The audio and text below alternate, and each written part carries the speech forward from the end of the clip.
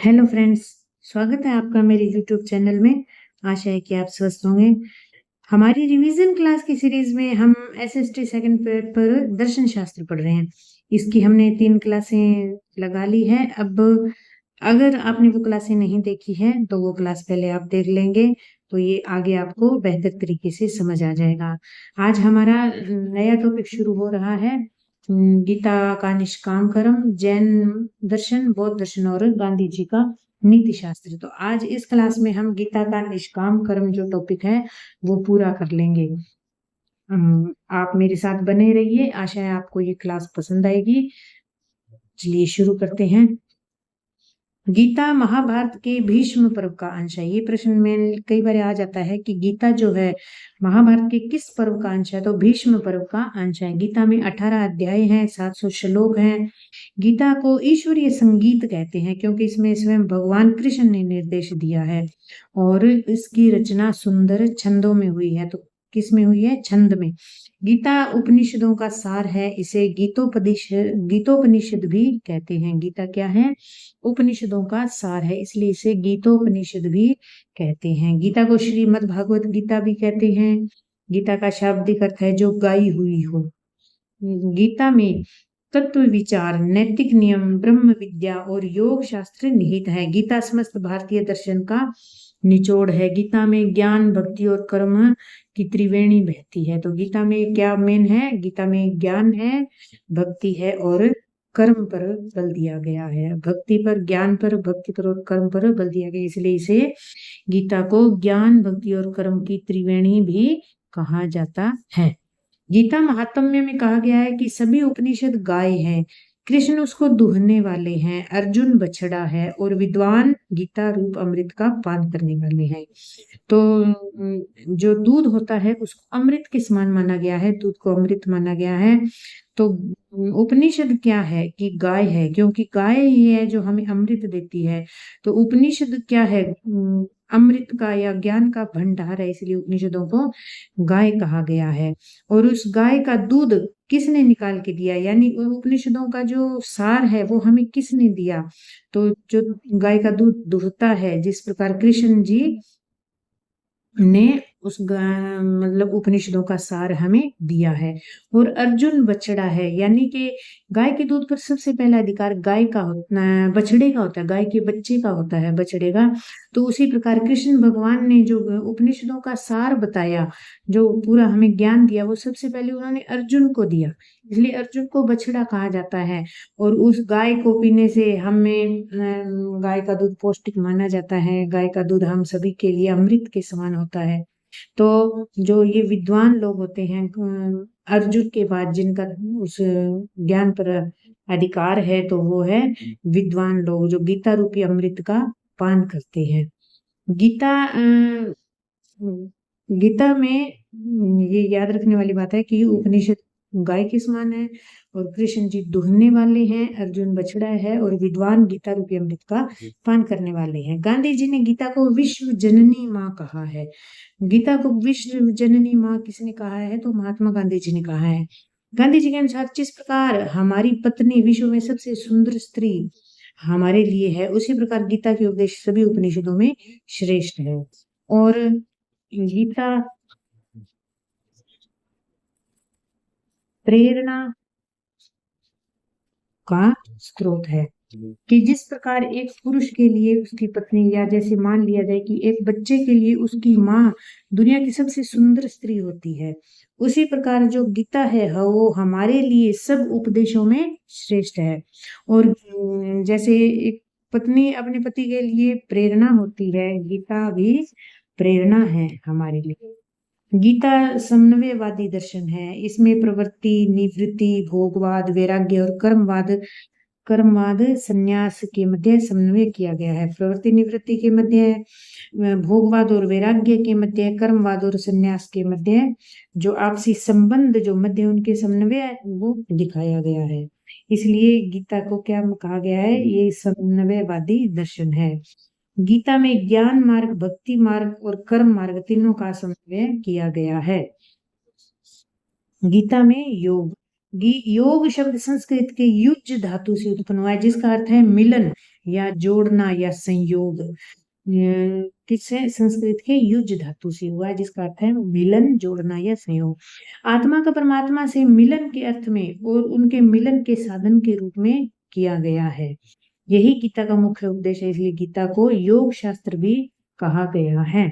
जिस प्रकार मन के 3 अंग होते हैं, ज्ञानात्मक, भावात्मक और क्रियात्मक, इसलिए तीनों अंगों के अनुरूप गीता में ज्ञानात्मक पक्ष में ज्ञान योग, भावात्मक में भक्ति योग, क्रियात्मक पक्ष में कर्म योग का समन्वय हुआ है। योग आत्मा के बंधन का अंत कर उसे ईश्वर की ओर मोड़ती है। गीता में ज्ञान, कर्म और भक्ति को मोक्ष का मार्ग कहा गया है। योग कर्मसु कौशलम, अर्थात कर्म को करने में कुशलता ही योग है। यहाँ कर्म से आशय निष्काम भाव से स्व कर्तव्य पालन से है। कर्म का अर्थ यहाँ पे जीवन में कर्म करना, अपने कर्तव्यों का पालन करना, निष्काम भाव से अपने जो कर्तव्य पालन है उसे ही कर्म कहा गया है। समन्वय योग उच्चते, सुख दुख, लाभ हानि, जय पराजय आदि में जो बिना विचलित हुए समस्थिति रखता है वही समत्व है, और यह समत्व भाव ही योग है। पुनः समत्व भाव से युक्त होकर कर्मों से कुशलता प्राप्त करना ही योग है। गीता के अनुसार कर्म के प्रकार, कर्म सकाम कर्म होता है, निष्काम कर्म होता है, या कर्म, अकर्म और विकर्म। तो गीता के अनुसार कर्म कितने प्रकार के होते हैं? एक तरह से 2 तरह के होते हैं, सकाम कर्म, निष्काम कर्म, कर्म, अकर्म और विकर्म। धर्म के अनुसार किए गए कार्य ही कर्म कहे जाते हैं। जो हम धर्म के अनुसार कार्य करते हैं उन्हें ही कर्म कहा जाता है, और जो धर्म के अनुसार नहीं किए जाते हैं, यानी कि जो अधर्म के अनुसार या फिर अनुचित जो कर्म किए जाते हैं वे अधर्म कहलाते हैं। जो कार्य व्यक्ति और समाज के हित में न हो, अर्थात जो निषिद्ध कर्म हो, निष्क्रियता या कर्म से दूर रहना ही विकर्म कहा जाता है। यानी कि कर्म करना, अब ये कर्म, अकर्म और विकर्म का अर्थ है कि कर्म करना यानी कि जो धर्म के अनुसार किया जाए, और अकर्म, अधर्म या जो अकर्म होता है जो अधर्म के आधार पर किया जाए, और जो कार्य किया ही न जाए, कर्म से जो दूर रहा जाए या जो निष्क्रियता हो उसे विकर्म कहा जाता है।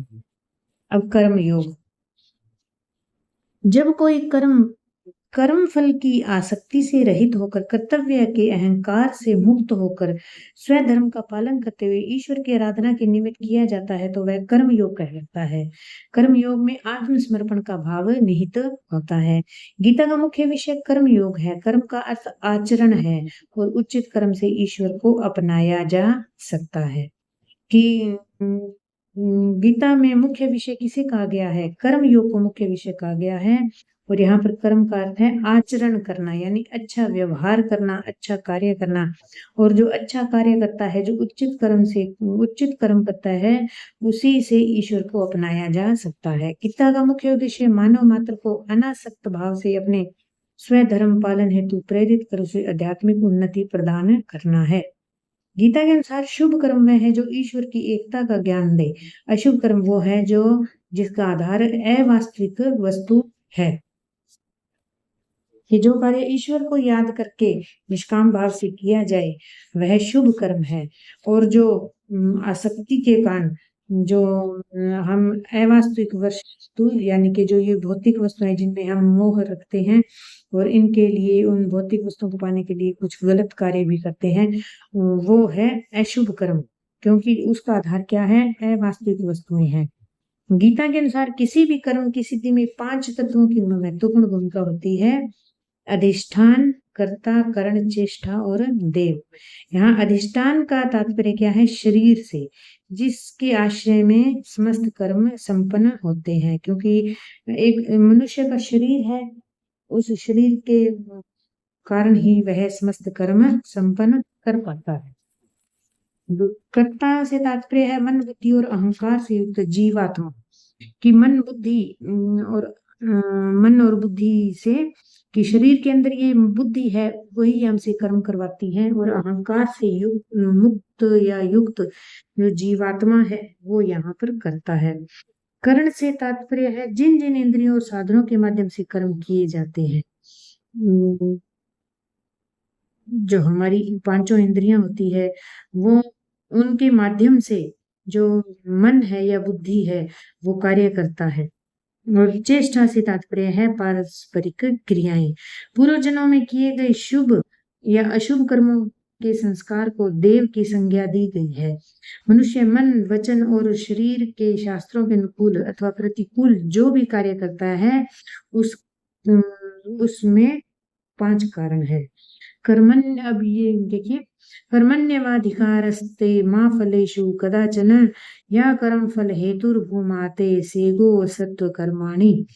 इसका अर्थ है कि कर्ता में ही तेरा अधिकार है, कर्ता में ही नहीं, यहाँ पर कर्म लिखना था, कर्म में ही तेरा कार्य है, यानी कि तुम्हारा कार्य है सिर्फ कर्म करना, उसके फल में कदापि नहीं। इसलिए तू कर्म के फल का हेतु मत बन और तेरी कर्म न करने की में भी आसक्ति न हो। कि यानी जब कार्य करते हो तो हम जब कार्य करें तो फल की इच्छा के बिना कार्य करें, क्योंकि हमारा कार्य हमारा जो है अधिकार है सिर्फ कर्म करना, उसके फल की इच्छा नहीं करनी। इसीलिए कर्म अगर हमें हम फल के बारे में देखेंगे तो कर्म करने में हमारी आसक्ति जो है वो खत्म हो जाएगी। इसलिए कर्म करने में जो आसक्ति है, मतलब जो उसके प्रति जो हमारा लगाव है वो अधिक नहीं होना चाहिए फल के प्रति। गीता में निष्काम कर्म को श्रेष्ठ माना गया है। निष्काम कर्म, फल की आसक्ति से रहित होकर स्वयं कर्म का पालन करना निष्काम कर्म योग कहलाता है। कहा गया है कि व्यक्ति का अधिकार केवल उसके कर्म तक है, फल या परिणामों तक नहीं है। गीता में कहा गया है कि योग युक्त ब्रह्म नचिकेन अधिगच्छति, अर्थात निष्काम कर्म योगी को ब्रह्मा परमात्मा शीघ्र ही प्राप्त हो जाते हैं। कि जो निष्काम कर्म करने वाला जो व्यक्ति होता है उसको ब्रह्मा परमात्मा शीघ्र ही प्राप्त हो जाते हैं। हे अर्जुन, जो पुरुष मन से इंद्रियों को वश में करके अनासक्त भाव से कर्मेंद्रियों से कर्म योग का आचरण करता है वह श्रेष्ठ है। जो अपने मन को, अपनी इंद्रियों को वश में रखता है और अनासक्त भाव से उन इंद्रियों से कार्य करवाता है, वही पुरुष, वही व्यक्ति जो है श्रेष्ठ है। निष्काम कर्म योग में प्रवृत्ति, निवृत्ति, कर्मवाद, संन्यास, भोगवाद और वैराग्य के बीच समन्वय किया गया है। गीता कर्मों के त्याग के बदले कर्म के व्याग का उपदेश देती है कि कर्म का त्याग नहीं करना बल्कि कर्म में व्याप्त रहना है। निष्काम कर्म सक्रियता की अवस्था है, न कि निष्क्रियता की अवस्था, क्योंकि गीता के अनुसार मनुष्य कर्म के बिना नहीं रह सकता, क्योंकि कर्म करना मनुष्य का स्वभाव है। मनुष्य को शारीरिक और मानसिक क्रियाएं हमेशा अपना कार्य करती रहती, मनुष्य की जो शारीरिक और मानसिक क्रियाएं हैं वे हमेशा अपना कार्य करती रहती है। गीता में कर्म में त्याग का उपदेश है, न कि कर्मों के त्याग का, कि कर्म में त्याग करना है। जब आप कर्म करते हो तो फल का त्याग करना या उसके प्रति आसक्ति का त्याग करना है, ना कि कर्मों का त्याग करना। लोक संग्रह, लोक संग्रह अर्थ है सामाजिक कल्याण या लोक कल्याण। गीता के अनुसार व्यवहारिक नैतिकता के स्तर पर लोक संग्रह सर्वोच्च सामाजिक आदर्श है। व्यक्ति को अपने समस्त कर्मों को सामाजिक कल्याण की भावना से प्रेरित होकर करना चाहिए, इसमें फलासक्ति का भाव नहीं हो। समस्त योग समान दृष्टि रखना, व्यक्ति को समदर्शी होना चाहिए, जिससे व्यक्ति सभी के प्रति समान दृष्टिकोण अपनाता है, सभी के प्रति समान व्यवहार करता है। स्थित प्रज्ञा, स्थित प्रज्ञा का अर्थ है जिसकी बुद्धि या प्रज्ञा स्थिर हो गई हो, अर्थात वह मनुष्य जो राग द्वेष सुख दुख मोह माया कर्म फल की आसक्ति से रहित होकर लाभ हानि यश अपयश जय पराजय आदि से समभाव समत्व भाव रखते हुए अपने चित्त को ईश्वर में लगाना ही प्रज्ञा है। सकाम कर्म, गीता के अनुसार वह कर्म जो किसी फल या लाभ की इच्छा से किया जाता है, इसमें व्यक्ति में अहंकार, सुख दुख के भाव, मोह माया, निराशा, क्रोध, ईर्ष्या उत्पन्न होती है, उसका विवेक नष्ट हो जाता है, फिर बुद्धि नष्ट हो जाती है, फिर सभी कुछ नष्ट हो जाता है। स्वधर्म की अवधारणा। गीता के अनुसार अपने वर्ण एवं आश्रम के अनुसार निर्धारित कर्तव्यों या सद्गुणों का पालन करना स्वधर्म कहलाता है। कि अपने वर्ण और आश्रम के अनुसार, वर्ण हमने पढ़ा था, 4 वर्ण है, ब्राह्मण, क्षत्रिय, वैश्य और शूद्र, और आश्रम होते हैं ब्रह्मचर्य, गृहस्थ, वानप्रस्थ और संन्यास आश्रम। इनके अनुसार जो कर्तव्य हमारे निर्धारित किए होते हैं, उन कर्तव्यों या उन सद्गुणों का पालन करना ही स्वधर्म कहलाता है। स्वधर्म के पालन से मानव परम सिद्धि का भागी होता है। यह मनुष्य के लिए कल्याणप्रद है। गीता के अनुसार पर कर्म अपने स्वभाव के अनुकूल नहीं होता है। पर धर्म सहज नहीं है। पर धर्म के पालन से मनुष्य ईश्वर से विमुख हो जाता है। स्वधर्म की अवधारणा सभी कर्मों की समानता पर बल देती है। इससे सामाजिक व्यवस्था की रक्षा होती है। इससे आध्यात्मिकता का विकास होता है। इससे निष्काम कर्म की पुष्टि होती है। गीता के अनुसार मोची और ब्राह्मण दोनों समान है यदि वे स्वधर्म का पालन करते हैं। यदि मोची स्वधर्म पालक है और ब्राह्मण स्वधर्म की उपेक्षा करता है तो मोची प्रशंसा का पात्र है, क्योंकि कर्म ही मनुष्य का निर्धारण करता है। अगर एक ब्राह्मण होकर भी वह स्वधर्म की उपेक्षा करता है, और मोची जो चमड़े का काम करता है लेकिन वह स्वधर्म का पालक है, तो मोची प्रशंसा का पात्र है। प्रवृत्ति मार्ग एवं निवृत्ति मार्ग का समन्वय। गीता में दोनों में समन्वय किया गया है। प्रवृत्ति मार्ग समाज में रहते हुए फल की आसक्ति से मुक्त होकर कर्म करने की बात करता है, जबकि निवृत्ति मार्ग समाज से संबंध विच्छेद करने और समस्त कर्मों में संन्यास की बात करता है। प्रवृत्ति मार्ग यानी कि फल की आसक्ति से फल की आसक्ति से मुक्त होकर कर्म की बात करता है प्रवृत्ति मार्ग। और निवृत्ति मार्ग है कि सारे समाज से संबंध विच्छेद कर ले और सभी कर्मों से संन्यास ले। उसे क्या कहते हैं? उसे कहते हैं निवृत्ति मार्ग। कर्म फल की आसक्ति का न होना निवृत्ति का परिचारक है, जबकि लोक हित में कर्मों का संपादन करना प्रवृत्ति मार्ग का परिचायक है। गीता जीवन में कर्मों के संपादन की बात करती है, क्योंकि कर्म करना हमारा अधिकार, कर्तव्य और स्वभाव है, परंतु यहाँ कर्म फल की आसक्ति से रहित होने की बात कही गई है। निष्काम कर्म में कर्म का त्याग न होकर कर्म कला शक्ति का त्याग है, यानी कि कर्म का त्याग नहीं करना, कर्म के प्रति जो आसक्ति है उसका त्याग करना है। अर्थात गीता कर्मों को त्याग के बदले कर्म के त्याग का उपदेश देती है। कर्म में त्याग, कर्म का त्याग नहीं, कर्म में त्याग। गीता का लक्ष्य त्याग व संन्यास नहीं है, इंद्रियों के दमन का आदेश नहीं देती है, बल्कि विवेक के मार्ग पर नियंत्रण करने का आदेश देती है। इस प्रकार प्रवृत्ति से निवृत्त न होकर प्रवृत्ति में निवृत्ति का समर्थन करता है। गीता व कांट की तुलना। गीता की तरह कांट ने भी कर्तव्य को कर्तव्य के लिए करने का आदेश दिया है। कर्तव्य को कर्तव्य के लिए करना, इसका आदेश किसने दिया था? कांट ने। कर्तव्य के लिए कर्तव्य का अर्थ है कि मानव को कर्तव्य करते समय कर्तव्य के लिए तत्पर रहना चाहिए। कर्तव्य करते समय फल की आशा का भाव छोड़ देना चाहिए। इसीलिए नहीं करना चाहिए कर्म की उससे शुभ या अशुभ फल की प्राप्ति होगी, बल्कि उसे कर्तव्य समझकर करना चाहिए। गीता में भी कर्म के फल के त्याग करने पर गीता में भी कर्मों के फल के त्याग करके कर्म करना चाहिए। तो गीता व कांट दोनों ने लोक कल्याण को ही कर्म का आधार माना है।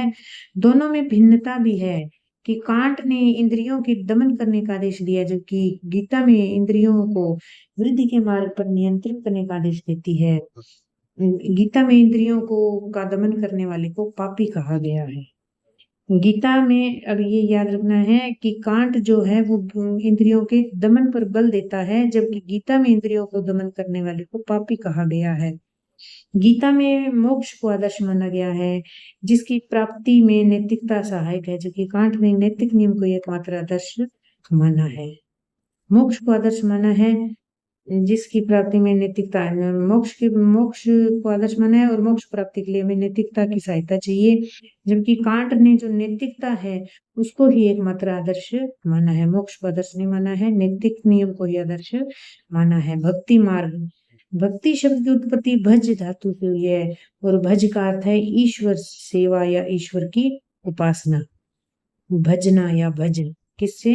भज धातु से भक्ति शब्द की उत्पत्ति हुई है। गीता के अनुसार फल की आसक्ति से रहित होकर ईश्वर को प्रेम करना ही भक्ति मार्ग है। समर्पित भाव से ईश्वरीय उपासना को भक्ति कहते हैं। समर्पित भाव से जब हम ईश्वर की उपासना करते हैं तो उसे भक्ति कहते हैं। जब भक्ति के द्वारा आत्मा का परमात्मा से संयोग होता है तो उसे भक्ति योग कहते हैं। ये ईश्वर के प्रति अटूट विश्वास, श्रद्धा, अतिशय प्रेम और पूर्ण आत्मसमर्पण का भाव होता है। ईश्वर का स्मरण, चिंतन, मनन और कीर्तन भक्ति के क्रियात्मक पक्ष हैं। ईश्वर के प्रति समर्पित भाव से कर्म करने पर और निरंतर ईश्वर का चिंतन करने में साधक को ब्रह्म भाव की अनुभूति होती है। गीता में भगवान ने स्वयं कहा है, पत्र, पुष्प, फल, जल आदि जो कोई भक्त मेरे लिए प्रेम से अर्पण करता है, उसका प्रेम पूर्वक अर्पण किया हुआ सब कुछ मैं बड़े प्रेम से खाता हूँ। भक्ति के द्वारा जीवात्मा अपने बुरे कर्मों के फल का भी क्षय कर सकता है। कि भक्ति के द्वारा जीवात्मा जो बुरे कर्म उसने किए हैं उसका फल जो उसको मिलेगा, बुरे कर्मों का बुरा फल जो मिलेगा, उस बुरे फल का वो क्षय कर लेगा अगर वो भक्ति करेगा तो। गीता में 4 प्रकार के भक्त माने गए हैं। अर्थार्थी, जिज्ञासु और ज्ञानी। आर्त मतलब संकट निवारण हेतु भजने वाले भक्त, अर्थात दुखी भक्त जो अपने संकटों को निवारण करने के लिए भगवान का भजन करते हैं। आर्त। अर्थार्थी यानी जो जिसको अर्थ चाहिए यानी संसारिक पदार्थ चाहिए, जो संसारिक पदार्थों के लिए भजने वाले जो भक्त होते हैं उन्हें अर्थार्थी कहते हैं, यानी उन्हें स्वार्थी भक्त कहते हैं क्योंकि वो अपने स्वार्थ सिद्धि के लिए भक्ति करते हैं। जिज्ञासु ईश्वर के यथार्थ रूप को जानने की इच्छा से भजने वाले भक्त, और जो परमेश्वर का ज्ञान पाकर कृतार्थ हो जाता है उसे ज्ञानी कहते हैं। यानी आर्द्र जो अपने दुख मिटाने के लिए, अपने संकट निवारण के लिए भगवान का भजन करता है। अर्थार्थी यानी जो सांसारिक पदार्थों की प्राप्ति के लिए भगवान का भजन करता है, उसका स्वार्थ छिपा होता है। जिज्ञासु जो ईश्वर को जानना चाहता है, और ज्ञानी जो ईश्वर को उनका ज्ञान प्राप्त करके कृतार्थ हो जाता है, उसे ज्ञानी कहते हैं। ज्ञानी भक्त भगवान को अत्यंत प्रिय है। ज्ञानी भक्त निष्काम बुद्धि से भक्ति करते हैं, जबकि अन्य तीनों भक्त सकाम बुद्धि से भक्ति करते हैं। ज्ञानी पुरुष ईश्वर की उपासना सदा ही आत्मा के पवित्र भाव से करते हैं, जबकि अन्य तीनों भक्त स्वार्थवश हो जाते हैं। जैसे ही उनकी इच्छा पूरी हो जाती है, क्यों ही वे ईश्वर के प्रति जो अपना प्रेम है वह छोड़ देते हैं। भक्ति में प्रेमी और प्रेम में भेद नष्ट हो जाता है और दोनों के बीच ऐक्य स्थापित हो जाता है। हे अर्जुन, तू मुझमें ही निरंतर मन लगा, मेरा भजन कर, कर्मों को समर्पित कर, मेरी सेवा कर, अपनी आत्मा को मुझमें प्रतिष्ठित करके अनन्य भाव से मेरी शरण में आ। इस प्रकार तू मुझे प्राप्त हो जाएगा, तू मुझे प्राप्त कर लेगा। गीता में वर्णित अनन्य भक्ति भाव से मुक्त भक्ति योग ईश्वर साक्षात्कार का सहज सरल और सर्वसुलभ साधना मार्ग है। ज्ञान योग। ज्ञान योग में ज्ञान से तात्पर्य ब्रह्म ज्ञान या आत्मज्ञान की साक्षात अनुभूति से है। आध्यात्मिक ज्ञान के द्वारा अपने दिव्य आत्म स्वरूप की अनुभूति मानवीय जीवन का लक्ष्य है। इस संसार में ज्ञान के समान पवित्र अन्य कुछ वस्तु नहीं है। सब कर्मों की समाप्ति ज्ञान में होती है। ब्रह्म ज्ञान या आत्मज्ञान अंतिम है, जिसके पश्चात कुछ भी ज्ञातव्य शेष नहीं रहता है। जब ब्रह्मा का ज्ञान या आत्मा का ज्ञान हो जाता है तो उसको अंतिम ज्ञान प्राप्त हो जाता है। उसके बाद उसके लिए कुछ भी जानने योग्य शेष नहीं रहता है।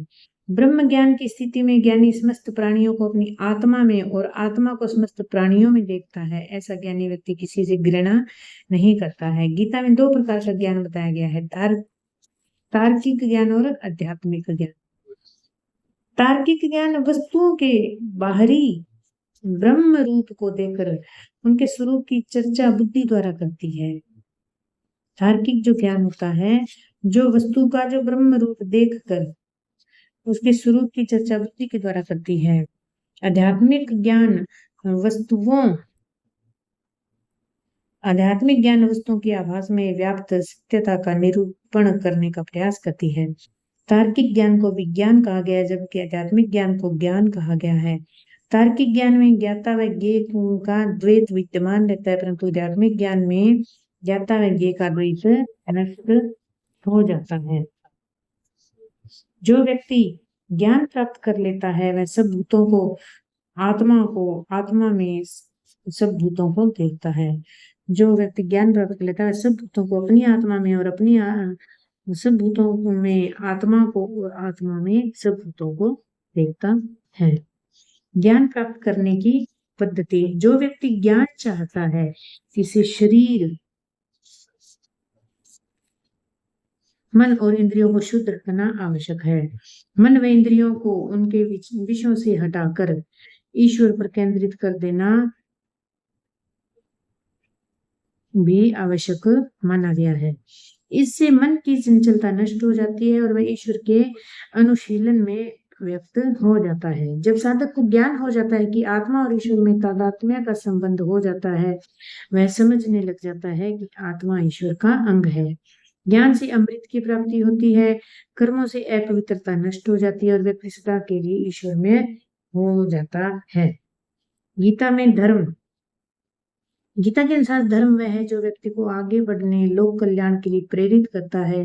इसमें कर्तव्य, नैतिकता, ईश्वर भक्ति और मानवता के मूल सिद्धांत समाहित हैं।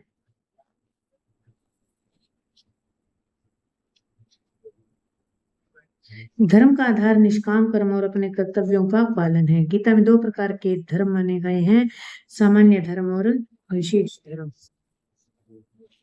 सामान्य धर्म वे धर्म जो सार्वभौमिक होते हैं, सभी पर समान रूप से लागू होते हैं, सामान्य धर्म कहलाते हैं, जैसे दया, करुणा, प्रेम, ममता, उदारता आदि। और विशेष धर्म जिन्हें स्व धर्म, वर्ण धर्म, आश्रम धर्म, गुण धर्म आदि के नाम से जाना जाता है। गीता के अनुसार अपने धर्म में अथवा अपने धर्म के लिए मरना ज्यादा श्रेष्ठ है दूसरों के धर्म को अपनाने की अपेक्षा।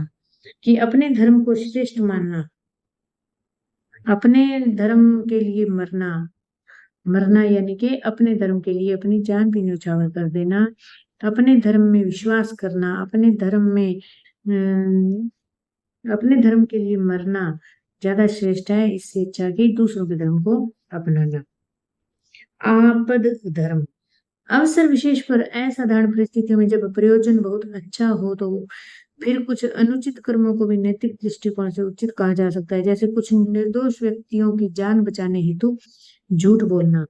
कि जब हम अच्छे प्रयोजन के लिए कुछ अनुचित कर्म करते हैं, प्रयोजन हमारा बहुत अच्छा होता है लेकिन हम कर्म उसके लिए अनुचित करते हैं, तो वह नैतिक दृष्टिकोण से वह हमारा जो अनुचित कर्म भी उचित कहा जा सकता है। क्यों? जैसे कि उदाहरण दी गई है कि जैसे निर्दोष व्यक्ति को बचाने के लिए कई बार हम झूठ बोल जाते हैं, तो हमारा वो झूठ जो है हमारा वो उचित कर्म है। देवीय संपदा में आसुरी संपदा का आशय। गीता में धर्म अर्थात जो सद्गुण है वह देवीय संपदा है। जैसे सत्य बोलना, प्रेम, दया, क्षमा, शांति, अक्रोध आदि ये जो है सद्गुण है, ये हमारी देवीय संपदा है। और गीता में जो अधर्म है यानी जो दुर्गुण है वो आसुरी संपदा है। जैसे लोभ, क्रोध, घमंड, असत्य, कटु वचन, ये हमारी जो संपदा है वो हमारे दुर्गुण है। और ये दुर्गुण है ये हमारी कौन सी संपदा है? आसुरी संपदा है। ईश्वर विचार। गीता में ईश्वर को परम सत्य माना गया है। ईश्वर अनंत और ज्ञान स्वरूप है, वह शाश्वत है। ईश्वर विश्व की नैतिक व्यवस्था को कायम रखता है। वह जीवों को उनके कर्मों के अनुसार सुख दुख को प्रदान करता है। ईश्वर कर्म फल प्रदाता है, वह सबका पिता है, माता है, मित्र है और स्वामी है। वह सुंदर भी है और वह भयानक भी है। गीता में ईश्वर को पुरुषोत्तम की संज्ञा दी गई है। उसे प्रकृति और पुरुष से परे माना गया है।